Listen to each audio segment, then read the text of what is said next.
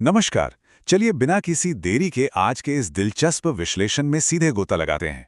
आज हम इतिहास के एक ऐसे पन्ने को पलट रहे हैं जो सीधे तौर पर हमारे स्वास्थ्य और चिकित्सा विज्ञान की जड़ों से जुड़ा है।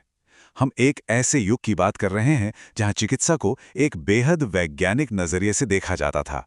ये सिर्फ कोई बीता हुआ कल नहीं है, बल्कि ये वो मजबूत नींव है जिस पर हमारी आज की कई वैज्ञानिक अवधारणाएं शान से खड़ी हैं। जिस ऐतिहासिक नाम पर हम आज चर्चा करने वाले हैं, वो कोई साधारण नाम नहीं, बल्कि एक पूरी की पूरी चिकित्सा परंपरा का आधार है। तो हमारे सामने जो मूल स्रोत है वो अपनी बात की शुरुआत एक बहुत ही सीधे लेकिन बेहद दिलचस्प सवाल से करता है। प्राचीन भारत में चरक किस क्षेत्र से जुड़े थे? यह स्रोत जानबूझकर हमें रुकने और विचार करने का मौका देता है। तो थोड़ा रुक कर सोचिए। एक ऐसा समय जब आज जैसी हाईटेक मशीनें नहीं थीं, फिर भी ज्ञान अपने चरम पर था। आखिर चरक का नाम किस खास क्षेत्र से इतनी मजबूती से जुड़ा है कि सदियों बाद भी हम उनकी इतनी गहराई से चर्चा कर रहे हैं? और इसका बिल्कुल सटीक जवाब है आयुर्वेद। स्रोत सामग्री चरक के नाम को सीधे तौर पर आयुर्वेद से जोड़ती है। अब देखिए, आयुर्वेद सिर्फ एक शब्द नहीं है, ये एक विशाल और प्राचीन चिकित्सा प्रणाली है। इसका सीधा सा मतलब ही है जीवन का विज्ञान। चरक का इस क्षेत्र से जुड़ा होना यह साबित करता है कि वे मानव शरीर और चिकित्सा विज्ञान के कितने असाधारण ज्ञाता रहे होंगे। ये जवाब हमें साफ साफ बताता है कि प्राचीन काल में ही चिकित्सा एक बहुत ही व्यवस्थित और उन्नत विज्ञान बन चुका था। और ये बड़ी खूबसूरती से दर्शाता है कि कैसे हमारी ये प्राचीन जड़ें आज के आधुनिक चिकित्सा विज्ञान से जाके मिलती हैं। स्रोत इन दोनों को बिल्कुल अलग थलग नहीं मानता। एक तरफ हमारा प्राचीन आयुर्वेद है तो दूसरी तरफ आज का चिकित्सा विज्ञान। अगर चरक के योगदान को बहुत ही आसान शब्दों में समझें तो उन्होंने बीमारियों के कारणों को समझने और उनके प्राकृतिक उपचार का जो वैज्ञानिक ढांचा तैयार किया, वही दर्शन तो आज के आधुनिक चिकित्सा विज्ञान को भी रास्ता दिखा रहा है। ये सच में कमाल का कनेक्शन है। चलिए आगे बढ़ते हैं। स्रोत में एक बहुत ही दमदार पंक्ति लिखी है।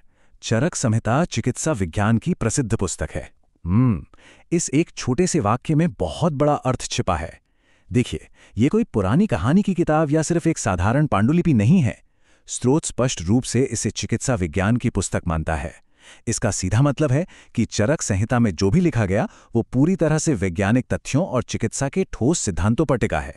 ये इस बात का पक्का सबूत है कि प्राचीन भारत में मेडिकल साइंस पूरी तरह से प्रलेखित यानी अच्छे से डॉक्यूमेंटेड था।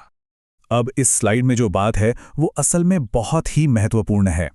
स्रोत सामग्री चरक को एक बहुत बड़ी उपाधि से नवाजती है, फादर ऑफ आयुर्वेदा, यानी आयुर्वेद के जनक। और ये कोई छोटी मोटी बात नहीं है।